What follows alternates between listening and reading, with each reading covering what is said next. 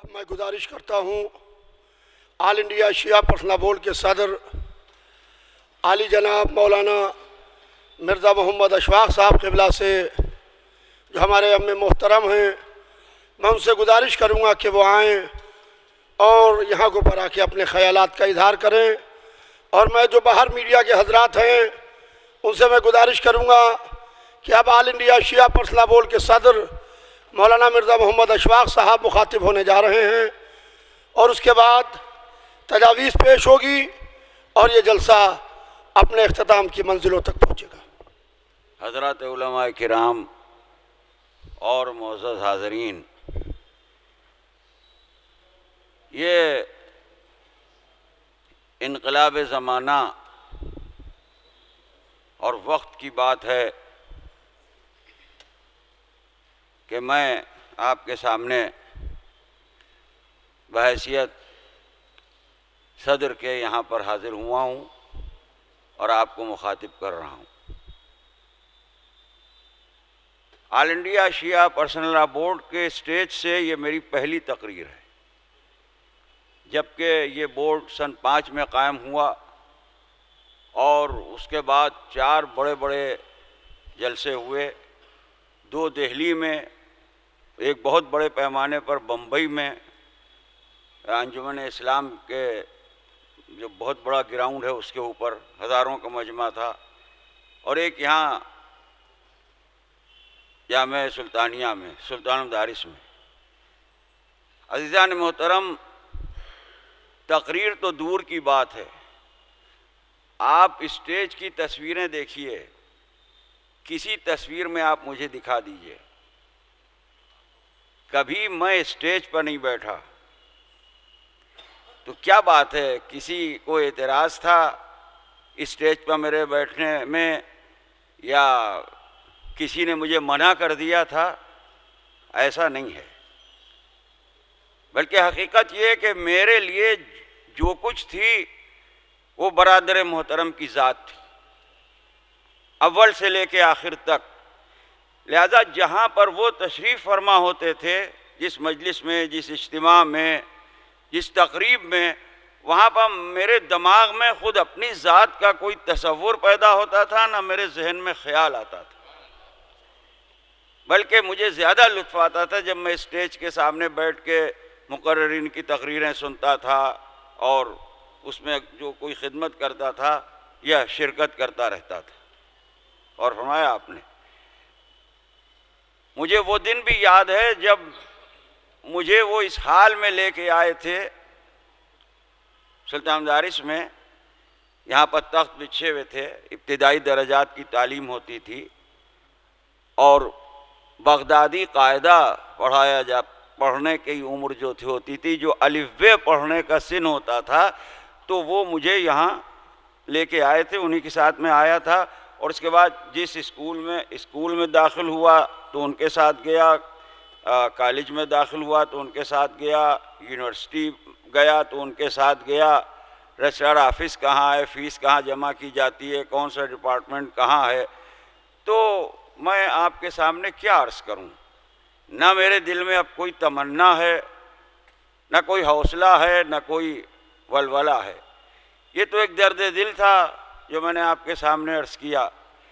اب 2-4 جملے صرف موضوعات جو ہیں ان کے اوپر، اس لیے کہ فی الحال میری خطابت کا اور ذاکری کا بھی امتحان ہے اور شاعری کا بھی امتحان ہے کہ اگر اس وقت کوئی بولنے کھڑا ہو تو اس کو کیا کرنا چاہیے۔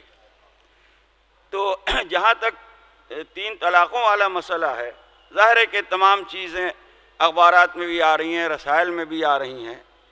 ایک بات تو یہ کہ اس بات کو آپ سمجھیے، یہ بات جو آپ سے میں کہنے جا رہا ہوں، اس پر ہو سکتا ہے بہت سے لوگوں نے غور نہ کیا ہو، مگر یہ ایک فیکٹ ہے، ایک ریئلٹی ہے۔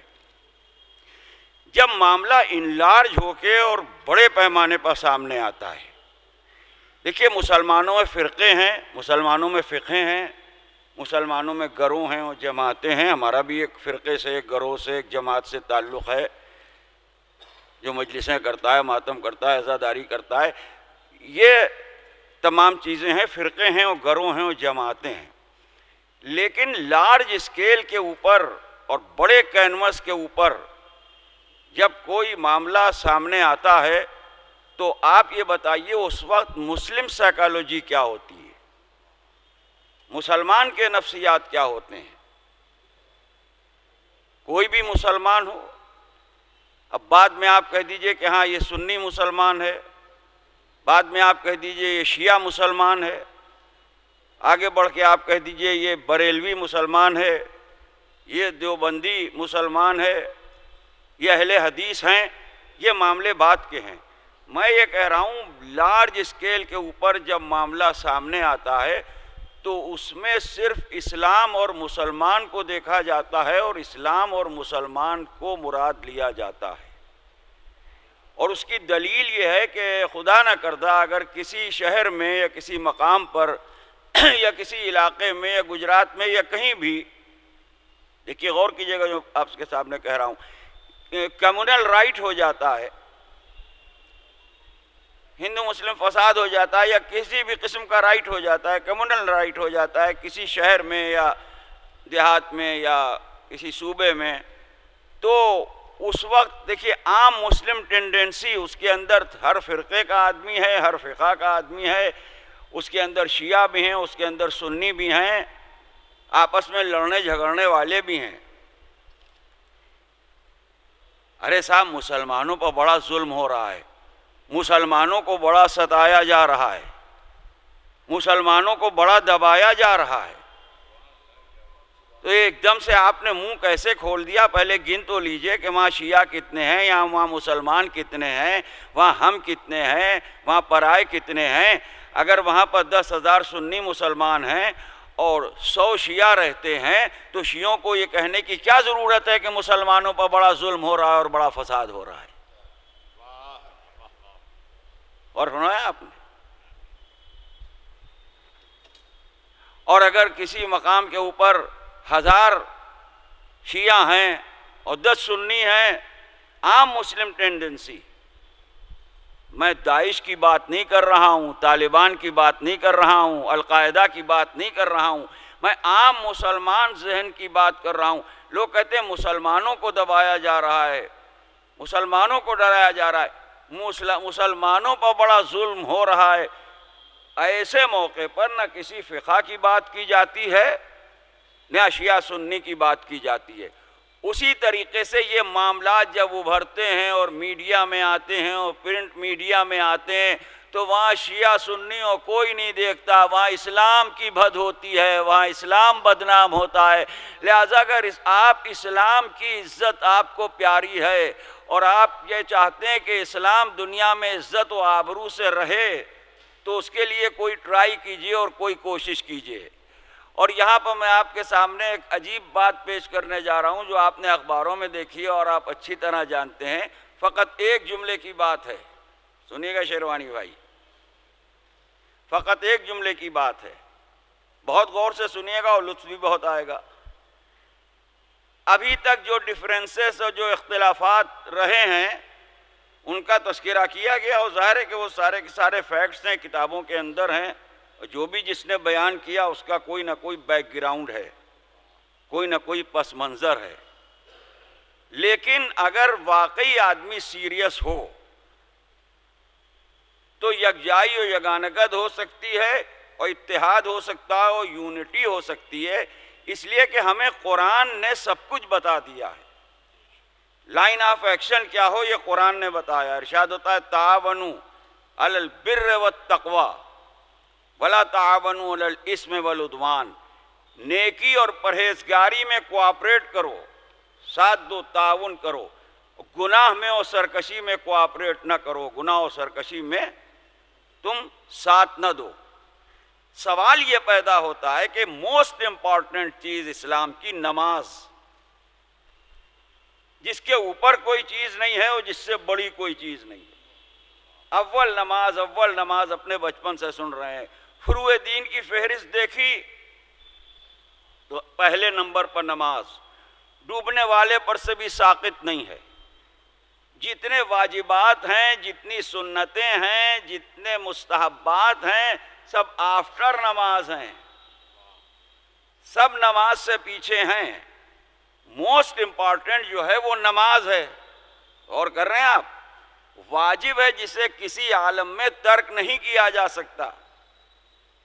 سوال یہ پیدا ہوتا ہے کہ جب نماز میں سارے مسلمان ایک ساتھ جمع ہو سکتے ہیں اور یہ چھانا نہیں جاتا کہ ہاتھ باندھے ہوئے کون ہے اور ہاتھ کھولے ہوئے کون ہے، اور نماز ہو جاتی ہے، تو اگر فقہ جعفری کو سامنے رکھ کے سارے مسلمان ایک ہو کے 3 طلاق کے معاملے پر یونائٹ ہو جائیں تو جھگڑے کا سوال ہی نہ رہے، اختلاف کا سوال ہی نہ رہے، بحث کا سوال.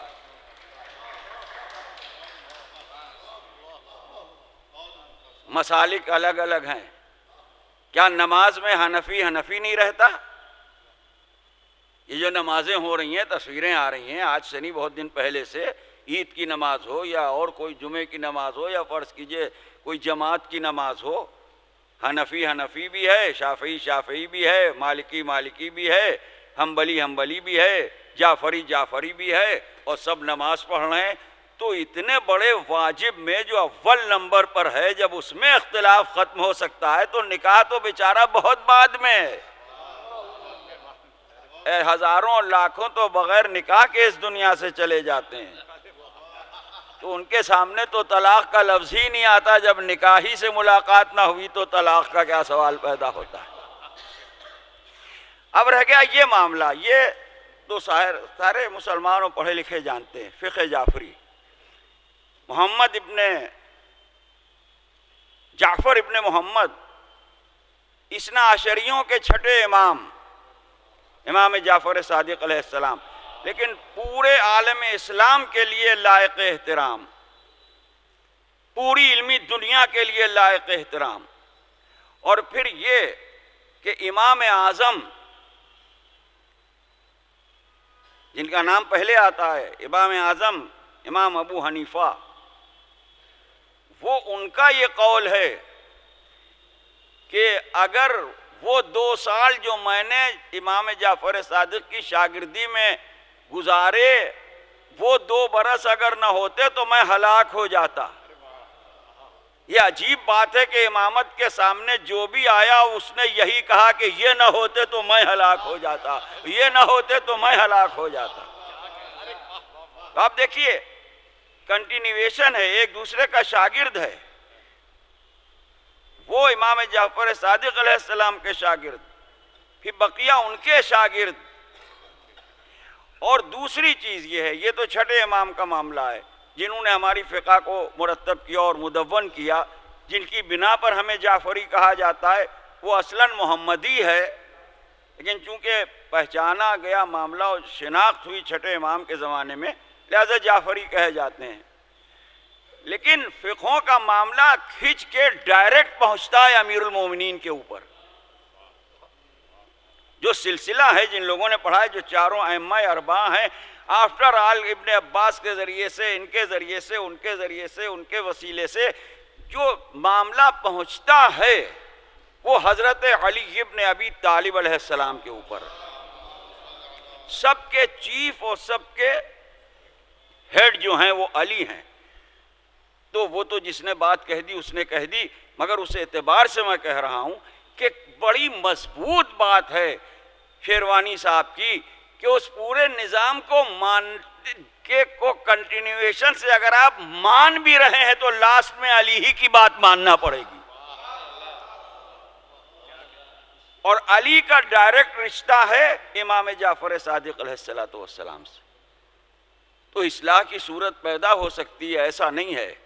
اس لحاظ سے کہ علی کے بعد حسن علی کے بیٹے، حسین علی کے بیٹے، زین العابدین امام حسین کے بیٹے ہیں، امام محمد باقر امام زین العابدین کے بیٹے، امام جعفر صادق امام محمد باقر کے بیٹے. منصب اور عہدے و تاج و تخت و دولت و مسند کی بات نہیں ہے. علم کے سلسلے کو دیکھیے، حکمت کے سلسلے کو دیکھیے، ہدایت کے سلسلے کو دیکھیے. تو اس طریقے سے جو فقہ جعفری ہے اور جس کو پیش کیا جا رہا ہے اور جس کو ہم بار بار کہتے ہیں کہ بھئی ہمارے یہاں یہ 3 طلاق والا معاملہ جو ہے وہ نہیں ہے، تو نہ تو یہ کسی کی دشمنی میں کہا جاتا ہے اور نہ کسی کی مخالفت میں کہا جاتا ہے، نہ کسی کو چڑھانے کے لیے کہا جاتا ہے۔ ارے بھائی یہ تو اس لیے کہا جاتا ہے کہ جب ہے ہی نہیں تو ہم یس کیسے کہہ دیں؟ پرائے شگون میں ناک تھوڑی کٹائی جاتی ہے، غور فرمایا آپ نے؟ تو یہ تو معاملہ ہو گیا۔ اب جہاں تک دہشت گردی کی بات ہے عزیزان محترم، اس کا تعلق عقل سے ہے۔ آپ یہ سمجھ لیجئے بہت سے معاملات میں لوگ کہتے ہیں وہ بڑے نان پولیٹیکل ہیں، وہ پولیٹیکل ہیں۔ جی پولیٹیکل ہونا، پولیٹیکل کون ہے اور نان پولیٹیکل کون ہے؟ سب سے بڑی چیز عقل ہے۔ بہت سے پولیٹیکل لوگ ایسی بات کہتے ہیں کہ جو بالکل ہی کمزور ہوتی ہے، اور بہت سے نان پولیٹیکل ایسی بات کہتے ہیں جو بہت مضبوط ہوتی ہے۔ تو سوال یہ پولیٹیکل ہونے کے لیے ایم پی ہونا اور ایم ایل اے ہونا یا پارشد ہونا یا کھدر کے کپڑے پہن کے جلسوں میں جانا یا کوئی جھنڈا لے کے سامنے آنا یا کسی پارٹی کا بہت بڑا رکن ہونا، یہ معیار نہیں ہے۔ سب سے بڑا معیار اور سب سے بڑا چراغ جو خلاق عالم نے انسان کو عطا کیا ہے وہ عقل ہے۔ لہذا سوچنا چاہیے زمانے کو کہ آج ہمارے لاکھوں بھائی اور کروڑوں انسان، آج کے ریفرنس میں آپ دیکھیے اور پڑوسی ملک جو کچھ کر رہا ہے اور جو کچھ ہو رہا ہے اس کے بارے میں آپ سوچئے، اور ہم اپنے فیوچر اور مستقبل کے بارے میں سوچیں تو لاکھوں اور کروڑوں ہمارے بھائی اور انسان بارود کے ڈھیر پر بیٹھے ہوئے ہیں، بارود کے ڈھیر پر بیٹھے ہوئے ہیں۔ ایک لمحے میں خدا نہ کردہ کیا سے کیا ہو جاتا ہے۔ یہ جو دن خیریت سے گزر گیا یہ اللہ کا فضل ہے، یہ جو رات خیریت سے گزر گئی یہ اللہ کا فضل ہے۔ لہذا زبردست طریقے سے سب کو مل کے دہشت گردی کی اور آتنکواد کی مخالفت کرنا چاہیے، اس لیے کہ دہشت گردی کا سب سے مخالف آخری رسول ہے، تاجدار انبیاء ہیں، قرآن ہے، ائمہ اہل بیت طاہرین۔ لہذا ہم نے ہمیشہ دہشت گردی کی مخالفت کی اور ہمیشہ ہم نے دہشت گردی کو برا کہا، اور ہم نے پیغام کو عام کیا مظلومیت کے ذریعے سے۔ لہو بہا کے نہیں سمجھایا، لہو دے کے سمجھایا، دوسروں کو رلا کے نہیں سمجھایا کہ اسلام کیا ہے، خود آنسو بہا کے ہم نے سمجھایا کہ اسلام کیا ہے۔ اور اس کے ساتھ ہی ساتھ وہ آخری بات جو کہی جا رہی ہے تو اس کے لیے تو لوگ کہتے ہیں کہ بھیا مانگنے سے کچھ نہیں ملتا، چھیننے سے ملتا ہے۔ تو ہمارا گناہ یہی ہے کہ ہمیں چھیننے کا سلیقہ نہیں آتا۔ ہم جس گھر میں اور جس ماحول میں پلے ہیں اور جو ہمارا خاندانی پس منظر ہے، اجی چھیننا تو دور کی بات، ہمارے لیے تو مانگنا بھی گناہ ہے۔ جن سے مانگنا ہے ان سے مانگتے ہیں، لیکن سیاسی طور پر اگر یہ ضروری ہے تو سب کے واسطے یہ بھی ضروری ہے کہ جو بھی سیاسی پارٹی آئے اس کے سامنے آپ اپنے حقوق کو پیش کیجئے اور بتائیے کہ بھی ہماری بھی یہ پرابلم ہے، ہمارا بھی یہ مسئلہ ہے۔ یہ بات کہتے ہوئے اچھی نہیں لگتی، اخلاقی اعتبار سے میں آپ کے سامنے یہ بات کہہ رہا ہوں۔ حالانکہ تقریروں میں یہ بات کہی جاتی ہے کہ بہت سے فرقے ہم سے بھی کم ہیں، تعداد میں بہت سے فرقے، بہت سے مذہب والے، بہت سے لوگ اسی بھارت ورش میں ہم سے بھی کم ہیں، مگر ہمیں یہ بات بلو اسٹینڈرڈ لگتی ہے۔ آپ غور کیجئے کہ ہم مثلا کسی کو کم کہیں یا انڈر اسٹیمیٹ کہیں اور اپنے کو سپیریئر کہیں، اس لیے کہ ہمارے بزرگوں نے جو درس دیا ہے، جس کا لوگ مذاق اڑاتے ہیں کہ پہلے آپ، یہ انسانیت کا ایک سمبل ہے اور ہیومینٹی کی ایک علامت ہے۔ لہذا ہم دوسروں سے بھی یہ گزارش کرتے ہیں کہ ہم آپ سے جب بحیثیت ایک انسان کے پیش آ رہے ہیں تو آپ ہمیں کچھ نہ سمجھیے، کم از کم انسان تو سمجھیے۔ بس عزیزوں، اب عزیزم یاسوب عباس صلی اللہ علیہ وسلم تجویزیں پیش کریں گے اور انہی الفاظ کے ساتھ میں آپ سے رخصت ہوتا ہوں، اور آپ تمام حضرات کا بے پناہ شکریہ، علماء اور واعظین اور ذاکرین، اور کوئی فرد یہاں پر میرے لیے نیا نہیں ہے، اجنبی نہیں ہے، میرے روابط و ضوابط اور تعلقات تو سب سے بالکل کامن ہیں، لیکن میں آپ سے جو بات میں نے کہی وہ اس وقت بھی کہتا ہوں کہ کوئی تمنا، کوئی جذبہ، کوئی حسرت برادر محترم کے بعد نہیں رہی۔ یہ ایسا سانحہ ہوا، اور اس کے بعد ایک اور بڑا سانحہ حیدرآباد میں ہوا جب سرکار سلطان العلماء مولانا رضا آغا صاحب قبلہ علی اللہ مقامہ نے رحلت کی، جو جنوبی ہند کے بہت بڑے عالم تھے، اور جو ایسا خانوادہ ہے کہ جس نے دین کی بہت زیادہ خدمت کی. تو ظاہر ہے کہ یہ دو سانحے اتنے عظیم ہو گئے کہ وہ غم جو ہے وہ بہت زیادہ ہے، مگر یہ قومی مسائل بھی بہت اہم ہیں، لہٰذا میں آپ کے سامنے حاضر ہو گیا.